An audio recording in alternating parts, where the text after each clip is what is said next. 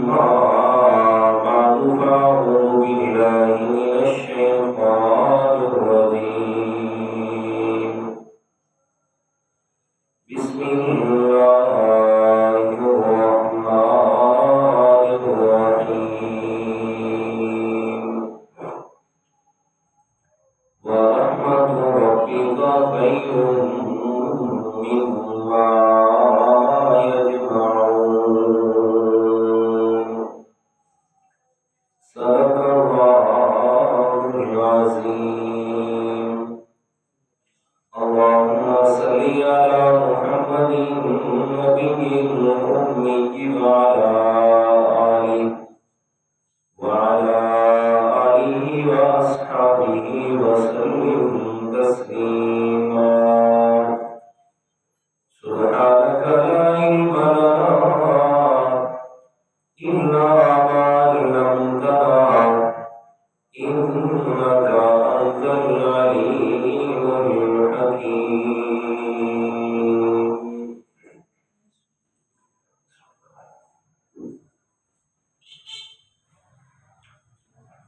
گرامی قدر سامعین المخلصین الموحدین، دوستوں، بزرگوں، عزیز ساتھیوں، اسلامی سال کا یہ عظمتوں والا مہینہ جو ماہ رمضان المبارک کے نام سے موسوم ہے، اللہ تعالیٰ کی طرف سے اپنی رحمتیں اور مغفرتیں ہمارے اندر بکھیرتا ہوا اپنا وقت گزار رہا ہے۔ دعا ہے اللہ تعالیٰ کے بارگاہ معلیٰ مجلہ مصفہ کے اندر کہ اللہ تعالیٰ حقیقت کے اندر ہمیں ماہ رمضان المبارک کا احترام اور قدر نصیب فرمائے۔ اس ماہ مبارک کے 3 عشرے یا 3 حصے، اور ان تینوں حصوں کو اللہ تعالیٰ نے الگ الگ نام سے نوازا ہے۔ پہلا حصہ رحمت کا بنایا، اور دوسرا حصہ مغفرت کا بنایا، اور تیسرا حصہ عتق من النار یعنی جہنم سے خلاصی کا ذریعہ بنایا۔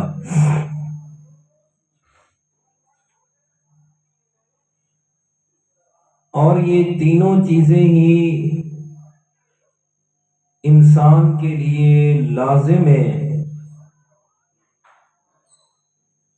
کہ نہ رحمت کے بغیر کام چلتا ہے، نہ مغفرت کے بغیر، اور نہ جہنم سے خلاصی کے بغیر۔ تینوں چیزیں لازم ہیں، اور تینوں چیزوں کو اللہ تعالیٰ نے اس ماہ مبارک کے ذریعے بندہ مومن کے مقدر اور نصیب میں کرنے کا اس ماہ مبارک کو ذریعہ بنا دیا ہے۔ اور پھر قرآن مجید میں بھی اللہ تعالیٰ نے اپنی رحمت کو دنیا کائنات کی ساری نعمتوں سے اعلیٰ اور افضل قرار دیا ہے۔ وہ جو پہلا عشرہ رحمت کا جس میں ہم وقت گزار رہے ہیں، تقریباً وہ آدھا مکمل ہو گیا، اور پہلے عشرے کا دوسرا نصف چل رہا ہے۔ تو قرآن مجید کا انداز دیکھیں کہ اللہ تعالیٰ نے اس بارے میں کیا فرمایا، اور پھر حدیث مبارکہ کی طرف جاتے ہیں۔ فرمایا اعوذ باللہ من الشیطان الرجیم بسم اللہ الرحمن الرحیم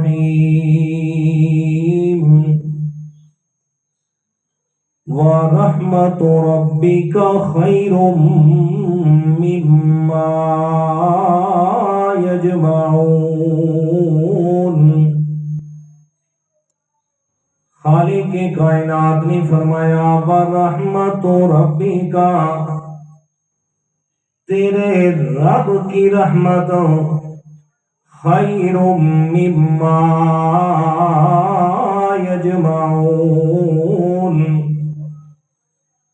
جو ساری کائنات ہے اور ساری کائنات میں جو کچھ بھی ہے، چاہے وہ بادشاہت ہے، چاہے مال و دولت ہے، چاہے عزت ہے، احترام ہے، علم ہے، کچھ بھی ہے، فرمایا ان ساری چیزوں سے بہتر وہ تیرے رب کی رحمت ہے۔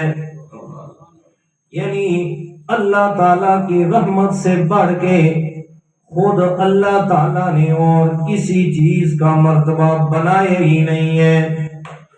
اور پھر حدیث مبارکہ ہے، اللہ تعالیٰ کے پیارے پیغمبر فرماتے ہیں کہ دنیا کائنات میں بھی اور آخرت کے اعتبار سے بھی کامیابی صرف اسی کو نصیب ہونی ہے کہ جس کے ساتھ اللہ تعالیٰ کی رحمت شامل حال ہوگی۔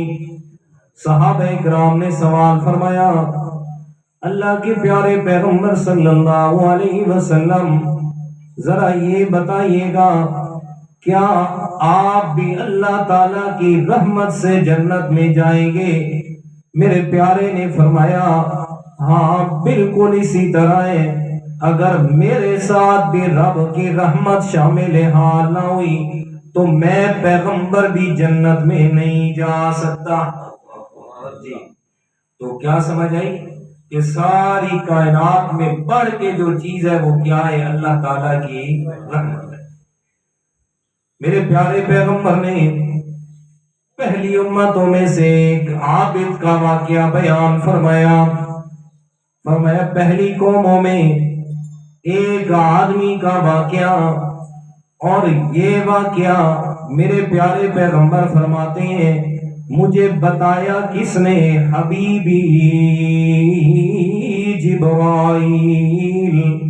فرمایا یہ واقعہ میرے دوست جبرائیل نے مجھے بتایا ہے کہ حضرت جبرائیل علیہ السلام فرماتے ہیں 500 سال کی عبادت کرنے والا، یہ عبادت گزار اور بزرگ سارا دن روزہ رکھتا ہے، ساری رات اللہ تعالیٰ کے سامنے عبادت میں گزارتا ہے، اور پہاڑ کی چوٹی پہ چشمہ اللہ تعالیٰ نے جاری فرما دیا اور اس میں سے پانی پیتا ہے، ساتھ میں اللہ تعالیٰ نے ایک انار کا درخت بھی اگا دیا، بھوک لگتی ہے تو اس سے انار کھاتا ہے اور وقت گزار رہا ہے۔ 500 سال بے ریا عبادت کر کے موت کا وقت آ گیا، اور پھر اللہ تعالیٰ سے اس نے خواہش بھی کی مولا اب میری موت اس طرح آئے کہ میں حالت سجدہ میں ہوں۔ اللہ تعالیٰ نے اس کی وہ خواہش بھی پوری فرما دی۔ فرمایا زندگی ختم، آخرت، اور پہنچ گیا نہ وہ قیامت، اللہ پہنچ گیا وہ اللہ تعالیٰ کے سامنے۔ فرمایا جیسے ہی آئے اللہ تعالیٰ نے فرمایا میرے اس بندے کو میری رحمت سے جنت میں لے جائیں۔ اللہ تعالیٰ کے پیارے پیغمبر فرماتے ہیں اس آدمی کو جیسے یہ بات سنائی دی کہ آپ اللہ کی رحمت سے جنت میں جا رہا ہوں اور میری ساری عبادت کا کیا بنا ہے، وہ میری عبادات کا کیا بنا؟ اللہ کے پیارے پیغمبر فرماتے ہیں فرمایا اللہ تعالیٰ تو دل کے حالات کو جانتا ہے، اسے واپس بلا لیا اور حکم فرمایا اسے میرے پاس لے آؤ۔ اب سوال جواب کا سلسلہ شروع ہوا۔ اللہ تعالیٰ فرماتے ہیں میرے بندے ذرا مجھے یہ بتانا کہ تو وہ جو دنیا میں اتنا وقت گزار کے آیا اور میری اتنی نعمتیں تو نے استعمال کی ہیں، وہ پانی کا چشمہ، وہ کھانے کے لیے انار، اور اس کے علاوہ وہ جو تیرے بدن میں اللہ تعالیٰ نے نعمتیں عطا فرمائی تھی، وہ تیری آنکھ ہے، وہ تیرے ہاتھ ہے، وہ تیرا جسم ہے، وہ تیری زبان ہے، وہ تیرے کان ناک ہے۔ فرمایا یہ ساری نعمتیں، ان ساری نعمتوں کا ذرا حساب دے، پتہ چلے کہ تجھے تو کتنی عبادت کر کے آیا ہے۔ فرمایا جب حساب شروع ہونے لگا نا، اب ایک طرف صرف ایک نعمت آنکھ کی ہے اور دوسرے پلڑے میں اس کی 500 سال کی عبادت کو رکھا گیا، اور وہ 500 سال کی عبادت ایک آنکھ والی نعمت کے بدلے کے اندر کم پڑ گئی۔ اللہ کے پیارے پیغمبر فرماتے ہیں، اللہ تعالیٰ نے فرمایا چلو اس بندے کو جہنم میں لے جاؤ، چلو اس کو جہنم کی طرف لے جاؤ، اسے پتہ چلے اس بات کا کہ میری نعمتیں کتنی استعمال کر کے آیا، اور اس کے بدلے کے اندر میں اللہ تعالیٰ کی عبادت جو کی ہے تو ان کا دونوں کا توازن ہو جائے۔ پر میں اب یہ بندہ بار بار اللہ تعالیٰ کی طرف دیکھ رہا ہے، بار بار رب کی طرف متوجہ ہوتا ہے۔ اللہ تعالیٰ فرماتے ہیں اب لے آؤ اس کو میرے پاس۔ جب واپس آئے اللہ تعالیٰ فرماتے ہیں ادخلوا بعبدی رحمتی، فرمائے اب میرے بندے کو میری رحمت کے ساتھ جنت میں داخل کر دو۔ فرمائے سمجھ آ گئی عبادات وہ اللہ تعالیٰ کا حکم سمجھ کے کرنی ہے، باقی عبادات کی قبولیت کے لیے رب کی رحمت ہی لازم ہونی ہے۔ ہماری عبادات وہ کچھ بھی کام نہیں آئے گی اگر اللہ تعالیٰ کی رحمت ساتھ میں شامل حال نہ ہوئی۔ اس لیے اللہ تعالیٰ نے فرمایا وَرَحْمَتُ رَبِّكَ خَيْرٌ مِّمَّا يَجْمَعُونَ۔ ساری کائنات میں جو کچھ بھی ہے ہر ایک چیز سے اعلیٰ میں اللہ تعالیٰ نے اپنی رحمت کو بنایا ہے۔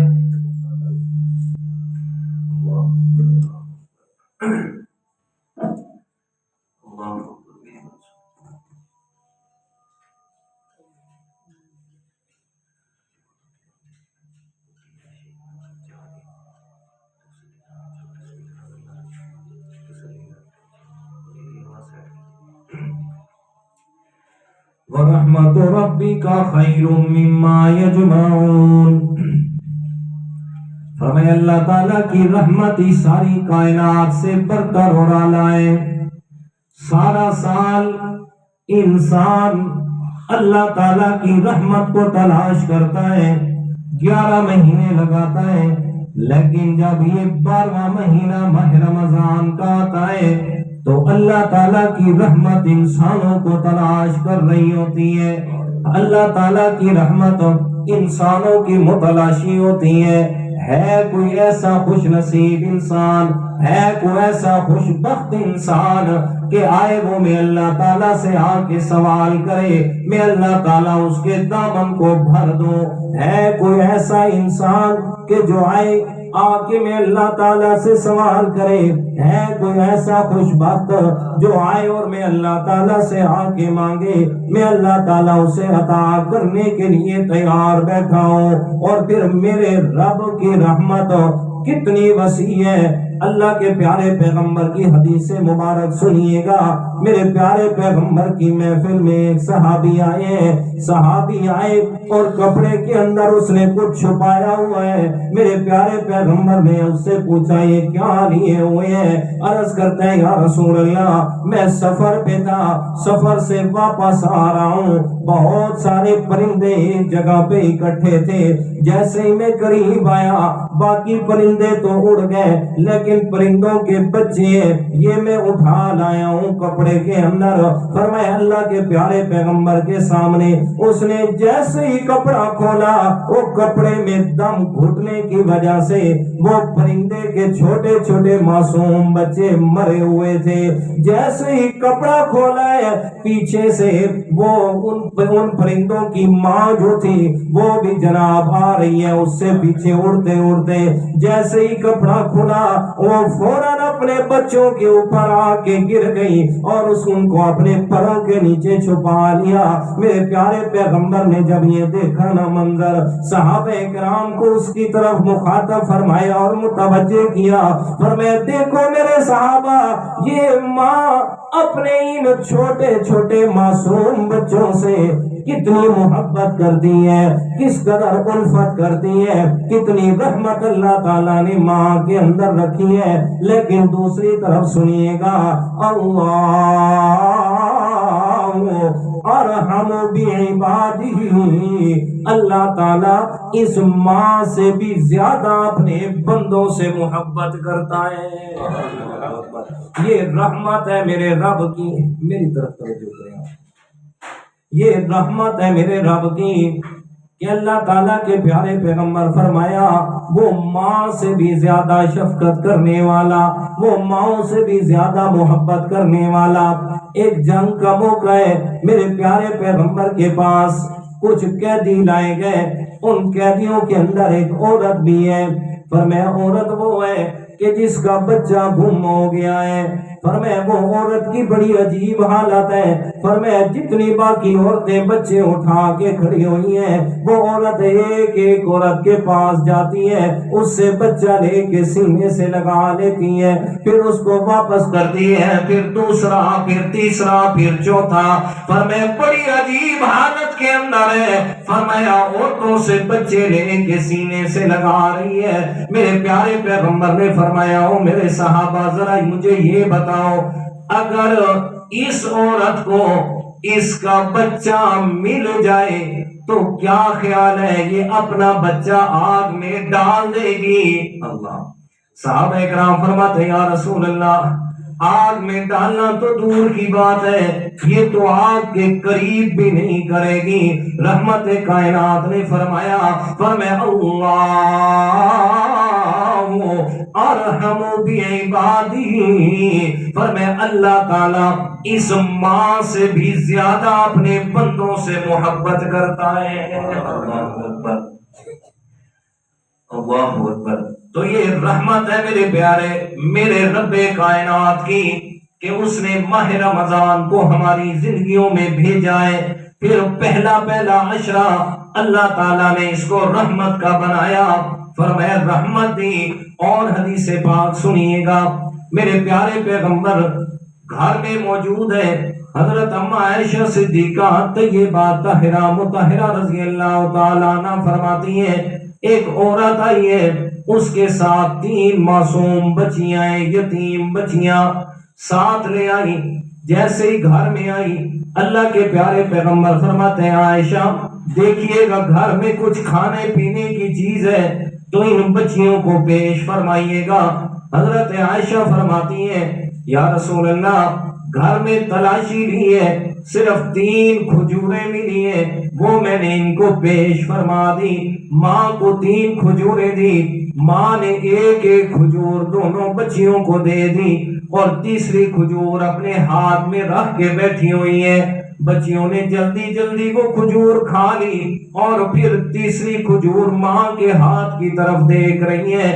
ماں نے جیسے ہی دیکھا بچوں کی نظروں کو سمجھ گئی، اس کھجور کے دونے کے 2 حصے کیے، ایک دانے کا حصہ ایک بچی کو، دوسرے دانے کا دوسرا حصہ دوسری بچی کے ہاتھ میں دے دیا اور خود اسی طرح بھوک کی حالت میں برداشت کیا۔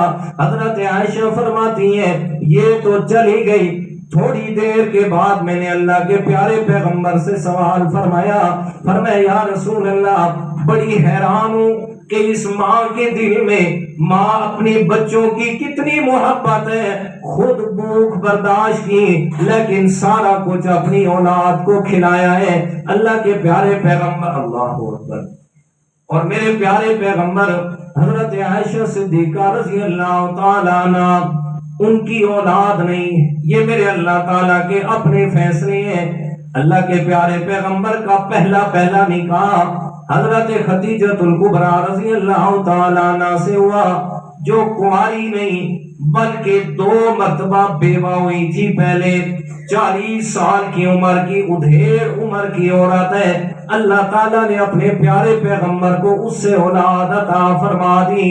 فرمائے 4 بیٹیاں میرے پیارے پیغمبر کی، بڑی بڑی بیٹی کا نام حضرت زینب، اور پھر حضرت ام رقیہ، حضرت ام کلثوم اور حضرت فاطمہ رضی اللہ تعالیٰ عنہ، یہ چاروں بیٹیاں میرے پیارے پیغمبر کی حضرت خدیجہ سے ہیں۔ اور اللہ تعالیٰ نے بیٹے عطا فرمائے 2 حضرت خدیجہ سے، حضرت قاسم اور حضرت عبداللہ، اور تیسرا بیٹا میرے پیغمبر کا حضرت ابراہیم، وہ جو زندگی کے آخر میں حضرت مریم قبطیہ کے بطن سے اللہ تعالیٰ نے عطا فرمایا۔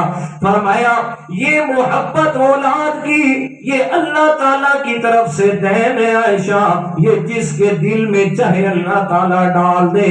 فرمایا والدین اولاد سے کتنی محبت کرتے ہیں۔ ایک دن اللہ کے پیارے پیغمبر گھر تشریف لائے ہیں، حضرت عائشہ رو رہی ہیں، اللہ کے پیارے پیغمبر فرماتے ہیں ماں یبکی کے یا حمیرہ، اے میری پیاری حمیرہ آپ کو کس چیز نے رلایا ہے؟ حضرت عائشہ فرماتی ہیں یا رسول اللہ آج تو اولاد کی محبت نے رلا دیا، آپ اللہ سے دعا کیجئے مجھے کوئی تو ایک بیٹا مل جائے، کوئی تو میری بھی اولاد ہو جائے۔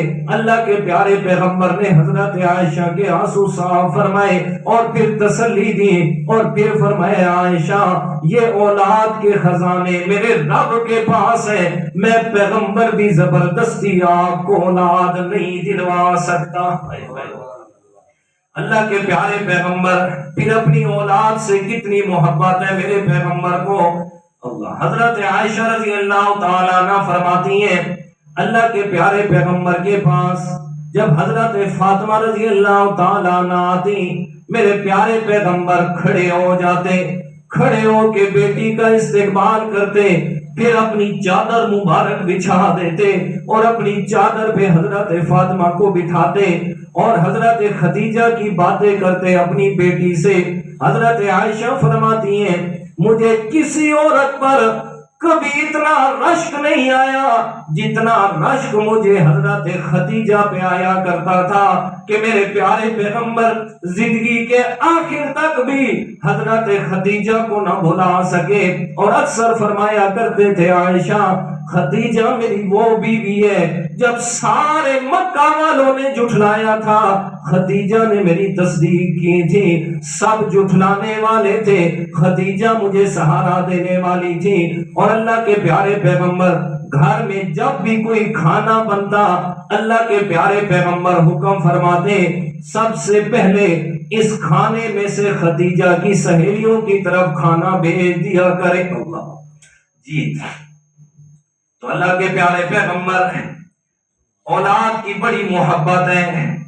فرمایا عائشہ کیوں اتنا حیران ہو رہی ہے کہ اس عورت کو اولاد سے محبت کہ خود بھوک برداشت کی ہے لیکن اپنی بچیوں کو اس نے کھانا کھلایا۔ فرمایا اللہ تعالیٰ جو ذات ہے عائشہ وہ اس ماں سے بھی زیادہ اپنے بندوں کے ساتھ رحمت اور شفقت فرمانے والا ہے۔ اور 24ویں پارے میں اللہ تعالیٰ نے کیا ارشاد فرمایا؟ فرمایا قل عبادی الذین اسرفوا علی انفسهم لا تقنطوا من رحمت اللہ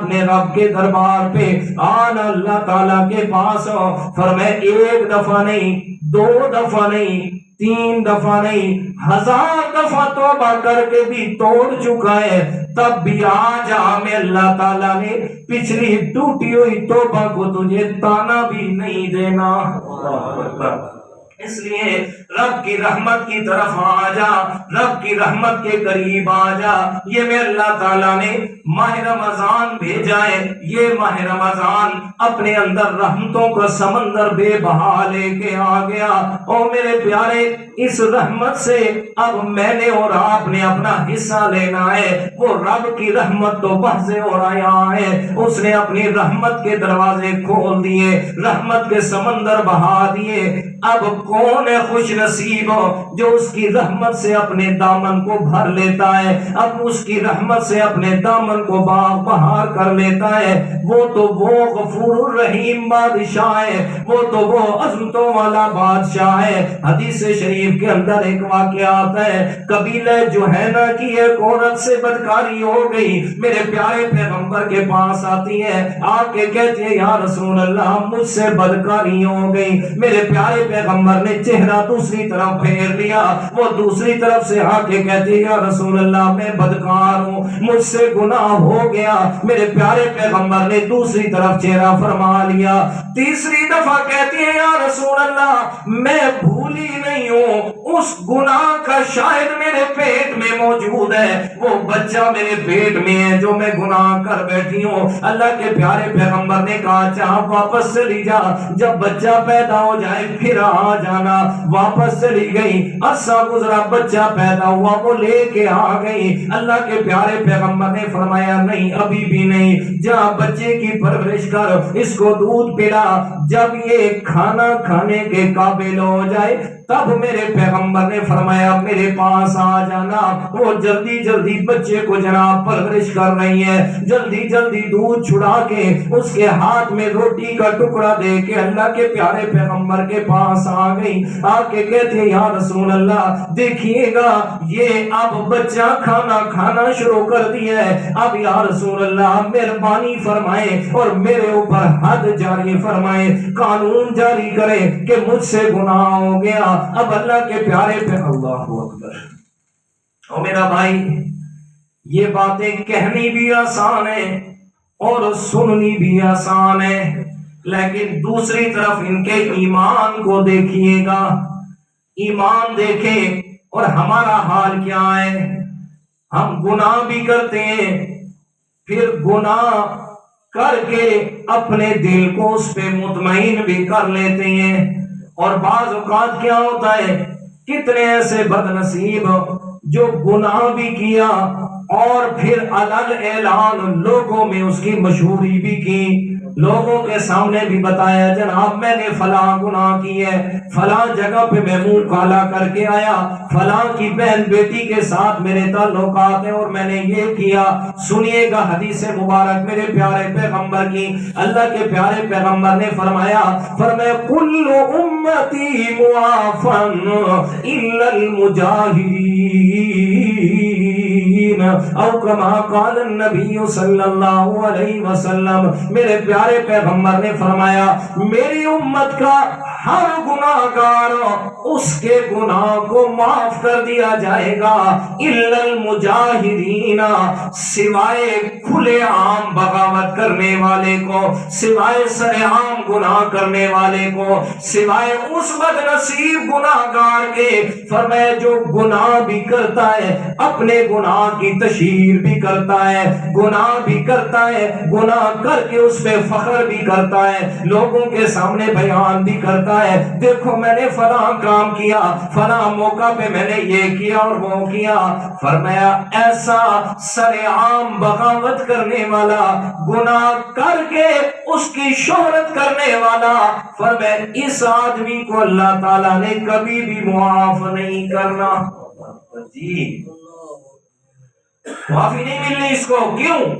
اس لیے کہ اس نے گناہ کیا اور پھر گناہ اس کی شہرت کی نا، تو یہ زبان حال سے یہ کہہ رہا ہوتا ہے کہ میں نے یا اللہ تیری نافرمانی کی ہے تو میرا کیا کر لے گا، میں نے نافرمانی بھی کی اور پھر میں اس کو ایک ایک کو بتا رہا ہوں اور لوگوں میں شہرت کر رہا ہوں، میرا تو کچھ نہیں ہوا، میں نے تیری نافرمانی کی، میرا کیا ہو گیا؟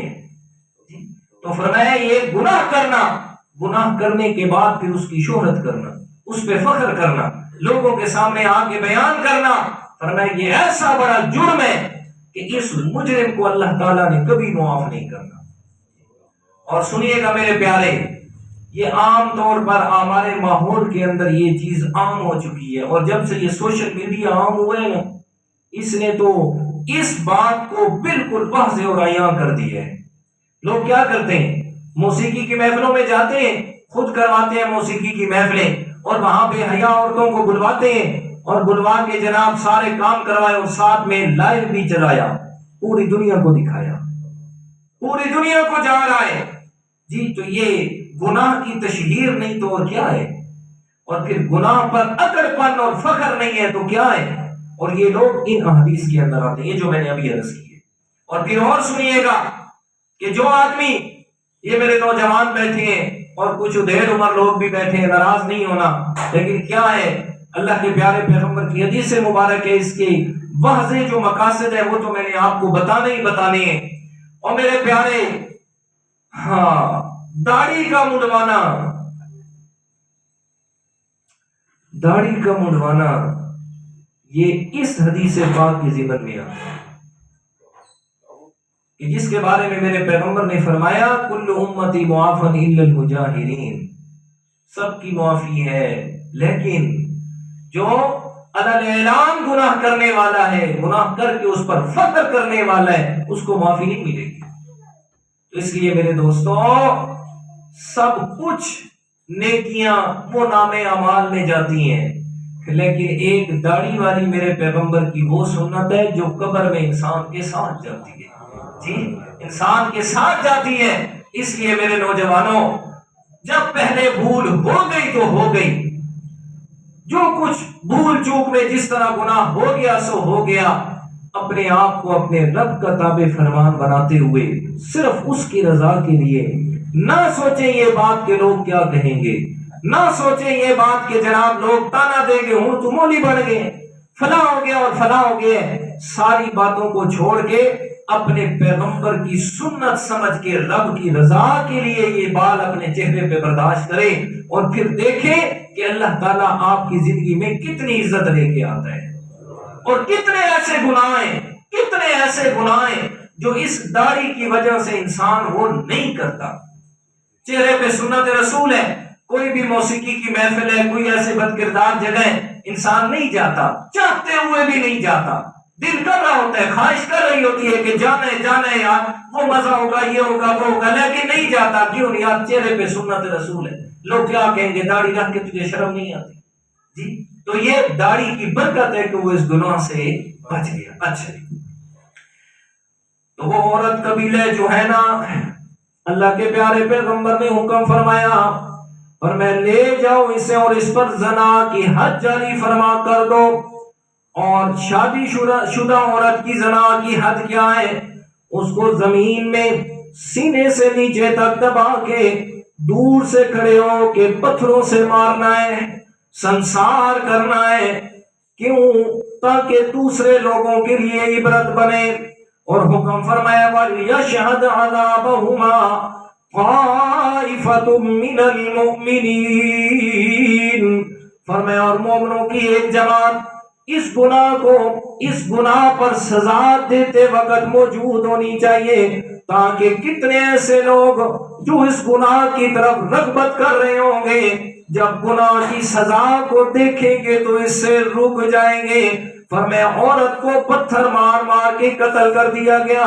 میرے پیارے پیغمبر نے فرمایا جب وہ مر گئی، حکم فرمایا جلدی کرو، اس کے کفن دفن کا انتظام کرو۔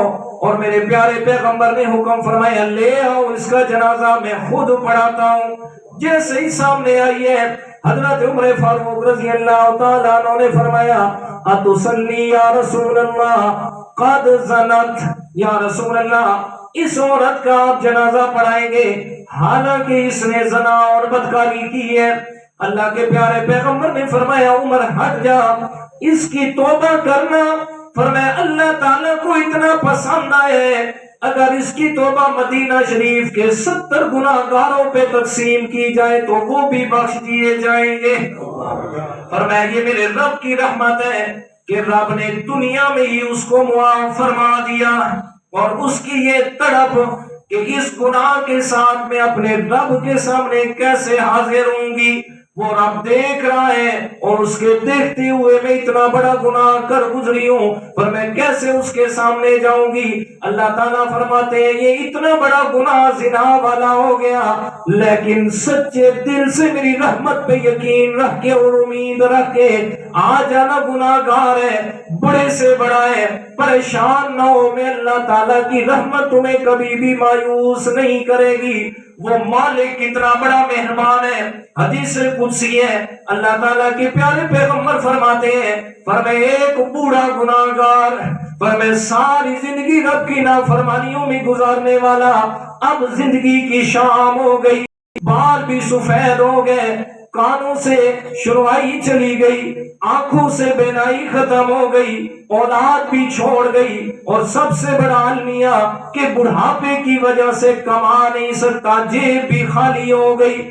فرمایا یہ رات کی تنہائی میں یہ بوڑھا گناہگار اللہ تعالیٰ کے سامنے آتا ہے اور آ کے کیا کہتے ہیں، مولا تنگ دستی کے جو عالم میں گھبراتا ہوں، تنگ دستی کے جو عالم میں گھبراتا ہوں، پر در غیر پہ جاتے ہوئے شرماتا ہوں، ہاتھ پھیلانے میں محتاج کو غیرت کیسی، شرم اتنی ہے کہ بندہ تیرا کہلواتا ہوں۔ مولا میری ساری زندگی کے گناہ تیرے سامنے ہیں، میری ساری زندگی کی نافرمانیاں تیرے سامنے ہیں، فرمایا میرے دامن کے اندر ایک سجدہ بھی نہیں، کوئی نماز نہیں، کوئی نیکی نہیں ہے، لیکن مولا آج تیرے سامنے یہ بوڑھا گناہگار آ گیا، اگر تو نے معاف نہ کیا تو میں کس کے در پہ جاؤں گا؟ اللہ تعالیٰ فرماتے ہیں میرے پیارے مدنی کریم، خوب جانتا ہوں اس کی زندگی کے ایک ایک لمحے کو، خوب جانتا ہوں اس کی زندگی کی ایک ایک نافرمانی کو، کوئی سجدہ نہیں، کوئی قیام نہیں، ساری زندگی نافرمانیوں میں گزار کے آ گیا، لیکن کیا کروں میرے محبوب، میں اللہ تعالیٰ کو اپنے اس بندے کے سفید بالوں سے حیا آ جاتی ہے، اور میں اللہ تعالیٰ اس بندے کے سفید بالوں کو دیکھ کے اعلان کرتا ہوں، میں اللہ تعالیٰ نے اس کے گناہوں کو معاف فرما دیا۔ اور میرے دوستوں، آج بیٹا والد کے سفید بالوں کا حیا نہیں کرتا، لیکن میرا رب اپنے بندے کے سفید بالوں کا حیا کرتا ہے۔ جی تو فرمایا اللہ کے پیارے پیغمبر، کہاں یاد آیا، مولانا روم رحمت اللہ تعالی علیہ فارسی کے بہت بڑے قرآن کے مفسر گزرے ہیں، وہ فرماتے ہیں، فرمایا کہ جب پرندہ کسی پنجرے میں قید ہوتا ہے، وہاں پرندہ اپنے پر پھڑ پھڑاتا ہے، چلاتا ہے آزادی کے لیے، جب وہ آزادی کے لیے چلاتا ہے، اس کا مالک دیکھتا ہے، سنتا ہے اس کی آواز کو اور خوش ہوتا ہے کہ جناب پرندے کی آواز بڑی پیاری ہے، حالانکہ وہ بیچارہ اپنے درد کی داستان سنا رہا ہوتا ہے کہ تو نے مجھے قید کیا ہوا ہے، میرے رب نے تو ہمیں آزاد بنایا تھا، تو نے قید کر دیا۔ فرمایا جب وہ پرندہ چلاتا ہے، مالک اس کا خوش ہوتا ہے۔ فرمایا بالکل اسی طرح جب کوئی گناہگار اللہ تعالیٰ کے سامنے آ کے چیختا اور چلاتا ہے، اپنے گناہوں کی معافی مانگتا ہے، اللہ تعالیٰ بھی اپنے بندے سے خوش ہوتے ہیں۔ اور حدیث پاک سنیے گا، اللہ تعالیٰ فرماتے ہیں میرے پیارے پیغمبر، میں اللہ تعالیٰ کو کسی عبادت پہ مزہ آتا ہے، فرمایا وہ فرشتوں کی لاکھوں سال کی عبادات ایک طرف، فرمایا میں اللہ تعالیٰ کو ان کی عبادت پہ اتنا مزہ نہیں آتا، فرمایا جتنا مزہ مجھے اس وقت آتا ہے جب میرا ایک گناہگار بندہ آ کے مجھے کہتے ہیں مولا مجھے معاف فرما دے۔ فرمایا اس بات پہ میں اللہ تعالیٰ کو جو مزہ آتا ہے، میری رحمت جوش میں آتی ہے، اور پھر میں اللہ تعالیٰ اپنے بندے کی جناب گناہوں کو معاف فرما دیتا ہوں۔ جی تو پہلا اشرا رحمت کا، پہلا اشرا رحمت کا، اور رحمت کی بہت تفصیل آپ کے سامنے عرض کر چکا ہوں میرے پیارے۔ اب اتنا غفور الرحیم ہو، اتنا رحمتوں والا بادشاہ ہو، اور اس سے پھر میں اور آپ گناہ نہ بخشوا سکے تو پھر ہمارے جیسا بھی بدنصیب کوئی نہیں ہے۔ دوسرا اشرا مغفرت کا، دوسرا اشرا مغفرت کا، حدیث پاک سنیے گا، ابن ماجہ کی حدیث ہے، صفحہ نمبر 271۔ اللہ کے پیارے پیغمبر نے فرمایا طوبا لمن وجد فی صحیفۃ استغفارا کثیرا۔ اللہ کے پیارے پیغمبر فرماتے ہیں اس آدمی کو مبارک ہو، وہ مبارک بات کا مستحق ہے۔ فرمایا کون سا آدمی جس کے پاس دنیا ہے، جس کے پاس گاڑیاں، جس کا کاروبار اچھا، جس کے پاس محل ہے، جس کے پاس کوئی عہدہ ہے۔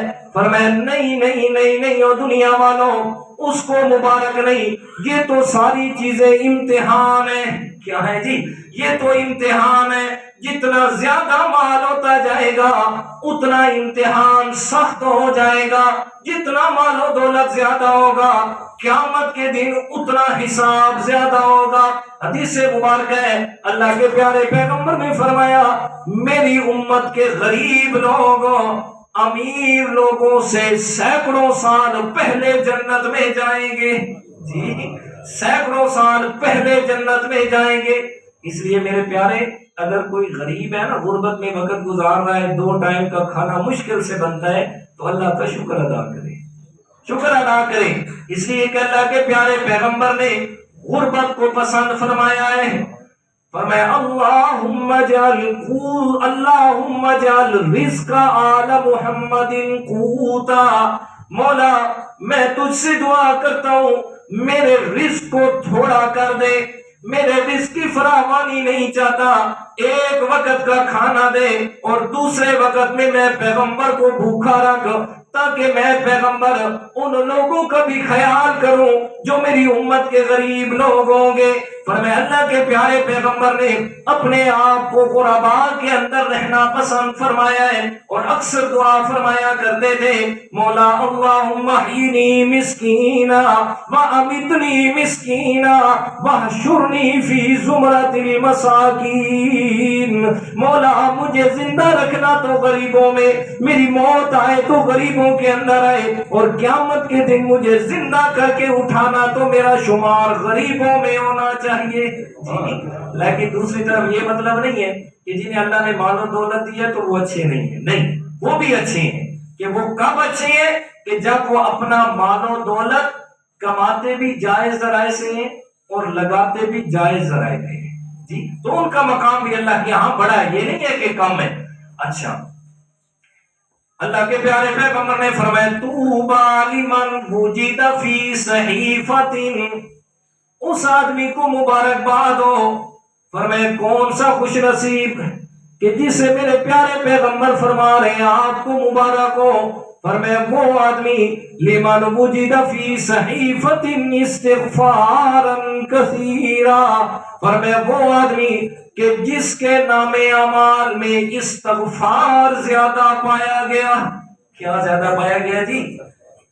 بولتے کیوں نہیں یار؟ میرا بھی روزہ ہے، آپ بیٹھے ہیں میں بول رہا ہوں اور 2-3 لیکچر بھی پڑھا کے آیا ہوں پہلے، کیوں ایسے پریشان ہو کے بیٹھے ہیں؟ ماہ رمضان کے جمعے ہیں، اللہ تعالیٰ کی رحمت ہے، مسجد میں، مسجد اللہ کا گھر ہے، اور سب سے عزیز ترین اور محبوب ترین جگہ اللہ تعالیٰ کو وہ اللہ کا گھر ہے، مسجد ہے۔ تو یہاں 5, 7, 10 منٹ ماہ رمضان کے جمعوں پہ اوپر نیچے ہو جائیں تو پریشان نہ ہو، اور دل جمی سے بیٹھیں، اور ہو سکتا ہے کوئی ایسی بات درمیان میں آ جائے جو اللہ تعالیٰ کو پسند آ جائے اور میری اور تمہاری سب کی بخشش کا ذریعہ بن جائے، جی تو اور ہمیں کیا چاہیے؟ تو کیا فرمایا کہ جس کے نام اعمال میں سب سے زیادہ کیا ہوگا؟ استغفار ہوگا۔ سب سے زیادہ نام اعمال میں استغفار لے کے جائے گا، اللہ تعالیٰ کے پیغمبر فرماتے ہیں اس کو مبارکباد ہو۔ وہ آدمی کامیاب ہو گیا۔ اور قرآن مجید میں اللہ تعالیٰ نے اسے فرمایا، حضرت نوح علیہ السلام اپنی قوم کے سامنے اعلان فرما رہے، تبلیغ فرما رہے، کیا کہتے ہیں؟ قوم والو استغفروا ربکم انہو کان غفارا یرسل السماء علیکم مدرارا ویمددکم باموال وبنین وجنات۔ فرمایا او میری قوم، تمہیں مال چاہیے، تمہیں دولت چاہیے، تمہیں اولاد چاہیے، اور اس کے ساتھ ساتھ تمہیں اپنے رب کی رضا بھی چاہیے، تو بالکل آسان سا نسخہ میں تمہیں بتا رہا ہوں۔ فرمایا استغفروا ربکم، بس ایک کام کرو، اپنے رب سے استغفار کرو۔ جی توبہ کرو گے؟ حضرت امام اعظم امام ابو حنیفہ رحمۃ اللہ تعالی علیہ نے یہ لکھا ہے، جس آدمی پہ رزق کی تنگی ہو، اولاد نہ ہو رہی ہو، جی تو فرمایا اس سے چاہیے کہ کثرت استغفار کرے، جتنا زیادہ استغفار کر سکتا ہے کرے، نتیجہ اللہ تعالیٰ یہ ساری چیزیں عطا فرما دے گا۔ یہ انسان کے گناہوں کی وجہ سے ان چیزوں پہ اللہ تعالیٰ کی طرف سے امتحان کے لیے رکاوٹ آ جاتی ہے۔ جی لوگ کہتے ہیں کہ فلاں نے سارا رزق بند کر دیتا ہے، جی فلاں نے جناب تعویذ کیا اور اس نے ہمارا رزق بند کر دیا۔ اللہ تعالیٰ کہتا ہے رزق میں دینے والا ہوں، کہتا پیوں بھی نہیں بند کر سکتا۔ جی میں دینے والا ہوں نا، میں نے دینا ہے، میں نے یہ عطا کرنا ہے۔ ہاں تیرے گناہوں کی وجہ سے امتحان ضرور لیتا ہوں۔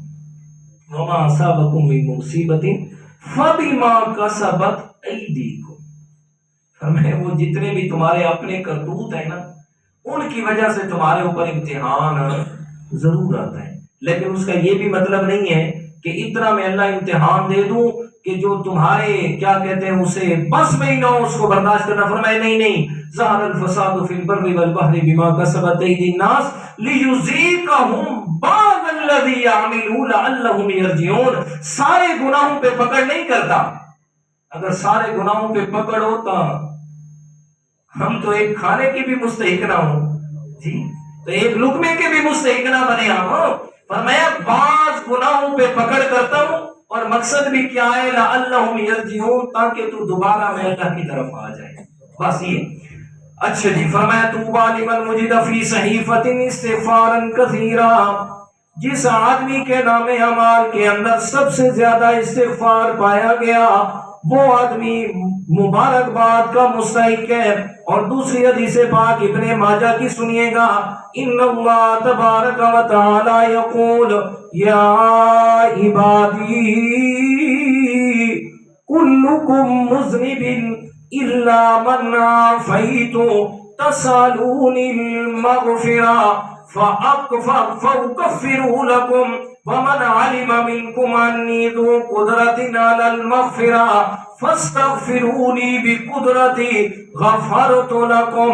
اللہ کے پیارے پیغمبر فرماتے ہیں، اللہ تعالیٰ یہ بات فرماتے ہیں، فرمایا یا عبادی، فرمایا ہے میرے بندوں، فرمایا تم سب کے سب گناہگار ہو، ہر ایک سے نسیان بھول ہو جاتی ہے، الا من عافیت، فرمایا مگر وہ آدمی جسے میں نے عافیت عطا فرمائی۔ فرمایا کون سی عافیت اور کس کو عافیت عطا فرمائی؟ فرمایا تسالون المغفرہ، فرمایا جو میں اللہ تعالیٰ سے معافی مانگتا رہتا ہے، گناہ تو ہو گیا لیکن مغفرت کرتا رہتا ہے، معافی مانگتا رہتا ہے، میں اللہ تعالیٰ اس کو عافیت عطا کرتا ہوں۔ اور دوسرا وہ آدمی فرمایا من علم منکم انی ذو قدرت علی المغفرہ، جو آدمی یہ جانتا ہے کہ اللہ تعالیٰ مجھے معاف کرنے پہ قدرت رکھتا ہے، اور پھر وہ مجھے یہ کہتے ہیں مولا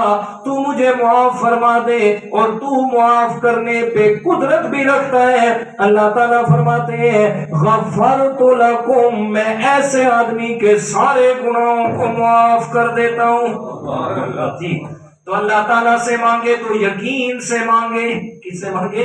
یقین سے مانگے، توبہ کر رہے ہیں یقین سے کرے، اور پھر اللہ تعالیٰ سے عرض کرے مولا تو ہی معاف کرنے والا ہے، تیرے علاوہ کوئی معاف نہیں کر سکتا، مولا تو ہی ہے بخشنے والا، تو نہیں معاف کرنا ہے۔ اور میں نے تجھ سے معافی لے کے جانی ہے. جی تھوڑا مان رکھ کے رب سے مانگا کریں نا جی. دعائیں پڑھا نہ کریں جی. دعائیں پڑھا نہ کریں, دعائیں مانگا کریں. مانگنے اور پڑھنے میں فرق ہے. ہم رٹی رٹائی دعائیں ہیں ہماری, ہم بس وہ پڑھ دیتے ہیں, کوئی پتہ نہیں کہہ کیا رہے ہیں, مانگ کیا رہے ہیں, نہ توجہ ہوتی ہے نہ کچھ ہوتا ہے. مانگنا ہے تو رب سے مانگنے کی طرح مانگنا ہے. حدیث پاک ہے, رب کائنات آپ علیہ الصلوۃ والسلام نے فرمایا اللہ تعالیٰ فرماتے ہیں کہ میرا بندہ مجھ سے مانگے کس طرح مانگے, فرمایا جیسے ڈھیٹ مانگنے والا ہوتا ہے. ڈھیٹ مانگنے والا سمجھتے ہیں؟ میں نے ڈھیٹ کا لفظ جان سے بولا ہے کہ یہ ایک ایسا لفظ ہے کہ جو بہت سارے معنی کو ادا کر. اگر میں کہتا نا ضدی مانگنے والا, جی ضدی مانگنے والا, وہ معنی ادا نہ ہوتا. جو ڈھیٹ ہوتا ہے نا مانگنے والا, آتا ہے مانگنے, کھڑا ہو جاتا ہے, جی دے دے جی دے دے جی دے, اور یار معاف کر, پھر آنا, معاف کر, پھر آنا, اور یار کھڑا ہی رہتا ہے ڈھیٹ بن کے. اخیر آپ دیکھتے ہیں یار یہ جان نہیں چھوڑے نا, پیسے کٹ گن یار جان چھوڑ گئے. جی اللہ تعالیٰ سے مانگیں تو میرے پیارے اللہ کے دربار پہ ضدی ہو کے بیٹھ جائیں. مولا تیری رحمت سے امید رکھ کے بیٹھا ہوں, جب تک معاف نہیں کرے گا نا تو میں نہیں تیرا دربار چھوڑنا نہیں ہے. جی تو معاف کرے گا تو اٹھوں گا, تو معاف کرے گا تو تیرے گھر سے جاؤں گا, نہیں کرے گا تو میں بھی بیٹھا ہوں. اللہ کے پیارے پیغمبر نے فرمایا رب سے مان لگا کے مانگا کرو, مان لگا کے مانگا کرو. جی مجھ سے نا ایک مرتبہ ایک جگہ پہ تھا, میں لیکچر دے رہا تھا, تو ایک بچے نے مجھ سے سوال کیا. اس نے کہا استاد جی ہم سنتے تھے آپ کی اولاد نہیں ہے. میں کہ جی نہیں تھی. تو سر پھر کیسے ہوئی اور آپ نے رب سے کیسے مانگا تھا, کیسے مانگا تھا آپ نے؟ میں نے انہیں یہی بتایا. میں نے کہا بیٹا حدیث پاک میں نے پڑھا ہے, تو میں بھی اپنے رب سے 10 سال مان لگا کے بیٹھا رہا ہوں. کتنے سال؟ 10 سال. مولا لینا بھی تجھ سے ہے, لینا بھی تجھ سے ہے, اور اسی بیوی میں سے لینا ہے. میں شادی بھی اور کوئی نہیں کرنی, لینا بھی ہے اور اسی بیوی سے لینا ہے, اور تجھ سے ہی لے کے رہوں گا. مان سے مانگا نا تو رب نے عطا بھی کر دیا. جی پہلے 8-9 نہیں دیے, دے کے لے لیے, پھر بھی الحمدللہ کا, اور جب دینے پہ آیا تو پھر کسی سے اس نے مشورہ نہیں کیا. تو اس لیے میرا بھائی رب سے مانگے, مان لگا کے مانگے. اور حدیث پاک ہے اللہ کے پیارے پیغمبر فرماتے ہیں مجھے بچوں کی چند عادتیں بڑی پیاری لگتی ہیں. فرمایا ایک عادت یہ ہے, مٹی میں کھیلتے ہیں, مٹی میں کھیلتے ہیں, ان میں عاجزی ہوتی ہے, تکبر نہیں ہوتا بچوں میں. مٹی میں کھیلتے ہیں, عاجزی کا اظہار کرتے ہیں. دوسرے فرمایا کہ بچوں کے اندر منافقت نہیں ہوتی, بچوں کے اندر جھوٹ نہیں ہوتا. چھوٹا بچہ کوئی چیز کھا رہا ہے نا, والدہ کوئی بھی اس سے مانگتا ہے نا بیٹا مجھے دے دے, اگر دینی ہوگی تو دے دے گا, نہیں دینی تو سیدھا کہے گا نہیں دیتا. یہ نہیں کہے گا, ہماری طرح نہیں کہے گا جی وہ جی پھر میں جی حاضر ہوں جی, میں دے دیتا ہوں جی, آپ مانگی اور میں نہ دوں, لیکن دل میں دینے کی نیت نہیں ہوتی. فرمایا بچوں کے اندر یہ جھوٹ نہیں ہوتا. اور تیسری عادت فرمایا بچوں کی عادت مجھے پسند ہے, فرمایا رو کے بعد منوا لیتے ہیں, رو کے بعد. فرمایا اپنے رب سے مانگا کرو تو رو کے بعد منوا لیا کرو. اگر رونا نہ آئے, حدیث پاک ہے اللہ کے پیغمبر نے فرمایا اگر رونا نہ آئے نا تو اللہ کے سامنے رونے والا منہ ہی بنا لیا کرو, اللہ تعالیٰ اس کی بھی لاج رکھے گا اور معاف فرمائے گا. اور آخری بات تیسرا اشرا فرمایا اتقوا من النار, جہنم سے خلاصی کا, اسے ذریعہ بنایا جہنم سے خلاصی کا. اور کون سی جہنم؟ فرمایا نار اللہ الموقدہ التي تطلع على الافئدہ انها علیہم مؤصدہ فی عمد ممددہ. فرمایا وہ آگ کہ جسے اللہ تعالیٰ نے بھڑکایا ہے, اور وہ آگ وہ ہے کہ اللہ تعالیٰ معاف فرمائے جو بھی جہنمی جہنم میں جائے گا, فرمایا اس آگ کا سب سے پہلا اثر ڈائریکٹ انسان کے دل پہ ہونا ہے, ڈائریکٹ دل پہ ہونا ہے. دنیا کی آگ کیا ہے, اگر اللہ نہ کرے کسی کو آگ لگ جائے تو کیا ہوتا ہے, دل تک پہنچنے سے پہلے ہی انسان مر جاتا ہے. لیکن جہنم کی آگ وہ ہے, فرمایا کہ اس نے سب سے پہلا اثر انسان کے دل پہ کرنا ہے. اور ان جہنم کانت مرصادا